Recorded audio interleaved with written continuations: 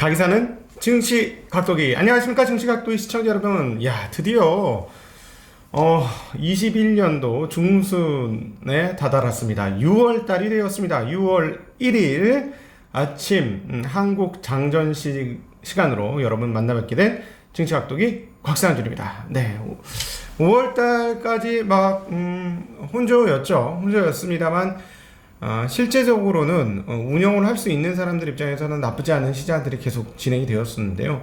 아마 6월달도 이럴 것 같은데 6월달의 변수들이 상당히 있습니다. 자, 오늘은 6월 변수에 대한 이야기 살짝 하도록 하겠고요. 일단 미국 지금 유럽 시장 흐름은 전반적으로 하락하면서 마감하는 모습 보여주었습니다. 지금 영국이 0.04% 올라갔다는 것 외에는 프랑스 0.57 떨어졌고요. 유로스탁스도 0.76% 떨어졌고, 대부분의 나라들이, 유럽의 대부분의 나라들이 하락하면서 마감이 되는 모습 보여주었습니다. 그리고 미국 선물도 조금 빠져 있기 때문에 오늘 해외 시장의 동향은 한국 시장이 조금 부정적이다라고 볼 수 있겠습니다. 그런데 한국 시장 입장은 어제도 말씀드렸습니다만 이제 환이 너무너무 중요해지는 상황인데요. 현재 달러 지수가 또다시 약세를 나타내면서 90 아래로 떨어져 있습니다. 89대를 지금 기록을 하고 있고요. 89.83까지 떨어지면서 적지 않게 약 0.2% 정도의 달러 가치 하락을 보여주고 있어요. 그래서 여타 환율들이 캐나다 달러를 비롯해서 여타 환율들이 굉장히 큰 강세를 유지를 하고 있는데, 그 중에서도 아시아 통화회 중에서는 지금 원화가 거의 최고 수준입니다. 1108원을 기록을 하고 있고, 위안화는 일단 방어 들어왔어요. 방어 들어와서 6.35까지 찍다가 지금 6.373 찍고 있으니까 방어가 들어왔고, 자, 그렇다면 6.37 내외에서 시간을 좀 끌 것이다 라고 충분히 예상해 볼 수 있는 상황입니다. 자, 그럼에도 불구하고 최근에 한국에서는 무슨 일이 있었나요? 한국은행에서는 금리를 인상할 수 있다라는 언급들이 조금 있었죠. 그러다 보니까 채권이 금리가 계속 위로 올라가고 있습니다. 10년물이 쭉 올라왔다 횡보하던 것이 한국 채권입니다. 한국 채권 금리가 다시 올라가고 있어요. 그리고 유입도 상당합니다. 국내 채권형 펀드에 3거래일 동안 2,786억 원이 순유입 되었습니다. 현재 10년물 금리가 2.179%예요. 자, 그러면 1.6% 정도인 10년물 금리보다 좀 금리가 높죠. 근데 더 올라갈 수도 있을 것 같죠. 네, 그러면 더 오른다면 어떻게 될까요? 일본 투자자나 유럽 투자자들이 미국 국채가 금리가 높아서 매력적이라고 느끼는 것처럼 한국도 굉장히 안정적인 나라이기 때문에 여기서 금리가 더 올라간다면 어떻게 될까요? 네, 매력적인 자산이 될 가능성이 있습니다. 즉, 원화가 매력적인 자산이 될 수 있겠고요. 그러지 않을 수 있다고 항상 열어놔야 되지만, 어제 5,200억의 외국인 순매수가 장렬이 됐어요. 정말 오랜만에 나타났는데, 원칙적으로는 사실 계속 들어왔어야 되는 거죠. 한국 같은 경우에 외국인이. 근데 기존에 갖고 있는 물량이 워낙 많고, 그러다 보니까 외국인 들어오는 거는 이제 포기하자라는 분위기였는데 다시 들어옵니다. 그래서 만약에 외국인들이 이렇게 들어오게 된다면, 한국 시장은 의외로 상대적 강세를 나타낼 수 있을 가능성은 상당히 높다. 그런데 지금 분위기가 보하니 유럽 시장은 전반적으로 다 빠졌는데, 원자재 가격들을 보아하니 원자재 가격들은 거의 대부분 올랐습니다. 팔라듐 정도를 제외하고는 비철금속이 다 올랐고요. 웬만한 원자재들은 오르는 방향 쪽으로, 오늘 유가는 전반적으로 꽤나 올라가는 그런 모습을 보여주었어요. 그리고 금 가격도 계속 올라가면서 1910달러입니다. 이제 다시 역사적 고점을 향해서 지금 금값이 움직이고 있고, WTI도 67달러, 그리고 구리값도 1275달러로 전반적으로 원자재 가격이 계속 강세를 보여주고 있어요. 그러면 이거는 이렇게 보실 수 있습니다. 일단 원자재에 대해서 최근에 중국이 제어를 하고 있잖아요. 그래서 한번 쭉 떨어졌죠.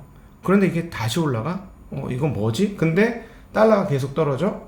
네. 그리고 달러를 다시 강세로 바꾸려면 이렇게 되면 되죠. 왜냐하면 지금 지난 주말에 말씀드렸다시피 채권 시장 미친 거 아니야? 미국의 채권 시장. 난 이해가 안 된다. 어찌되었거나 돈을 계속 풀고는 있지만 이제 덜 푸는 방향으로 갈 것이고, 또 인플레이션도 계속 나오는 방향으로 가는 그런 상황인데, 어떻게 채권 가격이 더 강세를 나타내면서 금리가 1.6 미만으로 떨어지면서 1.5대로 갈 수 있느냐, 좀 이상하다라는 말씀드렸죠. 그러니까 이것들이 지금 달러 약세를 더 강화시키는 거예요.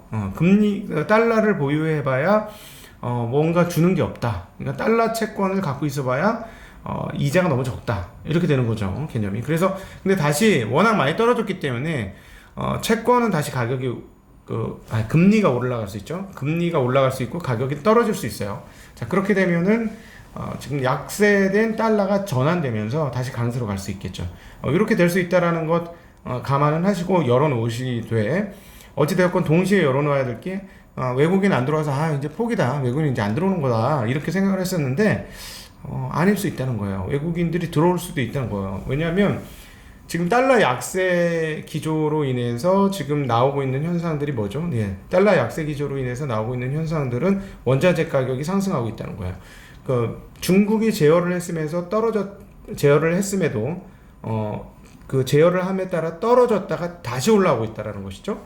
그렇다면 이 원자재가의 강세라는 것은 달러 보유자들이 달러 보유보다 다른 것들로 투자를 하겠다라는 생각이 강하다는 것을 보여주고, 그런 측면에서 보면 한국물 자산이 나쁘지 않다라는 거고, 이것이 이제 한국 채권으로의 자금 유입도 일부 보여주는 것이고, 주식시장으로의 자금 유입도 보여주는 것이다라고 전반적으로 해석할 수 있겠습니다. 그렇기 때문에 외국인들이 한국 시장에 계속 들어올 수 있다라는 거, 그렇게 된다면 시장은 미국과 연동된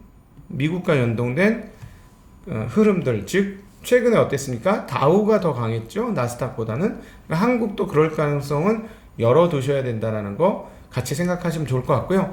자, 이제 이번 주에 다양한 지표들이 발표됩니다. 오늘 저녁에는 5월 마켓 제조 PMI가 발표되고요. 그 다음에 공급자관리협회 ISM의 제조 PMI도 발표가 됩니다. 자, 어느 정도 높을 거라고 예상을 하고 있기 때문에 어느 정도는 시장에서 받아들일 걸로 보여지고요. 그런데 그 예상을 뛰어넘는 정도의 강세가 나타나면 또다시 시장은 어떻게 된다고? 뭘 우려한다고? 인플레이션, 그리고 또 인플레이션으로 인한 금리 인상 사전에 테이퍼링 이런 거 또다시 하면서 흔들리겠죠. 그러나 이미 많이 나온 얘기이기 때문에 그렇게 시장에 큰 영향까지는 미치지 않을 것이다 라고 보여지고, 내일은 5월 자동차 판매가 나옵니다. 과연 분위기 어떤가, 자동차라는 내구재를 어떤 식으로 대응을 하고 있는가, 미국민들이 그걸 보면 소비 심리 같은 것들을 파악할 수가 있겠죠. 그리고 주말로 갈수록 중요한 어떤 거? 고용 지표들이 나오게 된다. 이번 고용 지표 어떻게 나올지, 지금 시장에서 회자되고 있는 건 67만 명입니다. 그래서 이 어느 정도 그 정도 될 수 있는지 그런 것까지 확인하는 이번 주 장이 되겠습니다. 자, 어찌되었건 개인적으로 너는 어떠니? 라고 말씀을 물어보신다면 어제의 흐름은 조금 신기했고, 그렇다면 한국 시장의 상대적 강세를 기대해 볼 만한 상황들이 오고 있다. 환과 금리와 이런 것들을 따져볼 때 충분히 그럴 가능성이 있어 보인다라는 말씀 드리고 싶습니다. 자, 오늘은 특별한 이슈가 없었기 때문에 짧게 정리하고요. 이따 오후에 여러분 만나 뵙도록 하겠습니다. 오늘 하루도 행복한 하루 되시고요. 이제 6월 시작했는데요. 멋지고 아름다운 6월의 시간들이 되시기를 빌겠습니다. 인사드립니다. 안녕.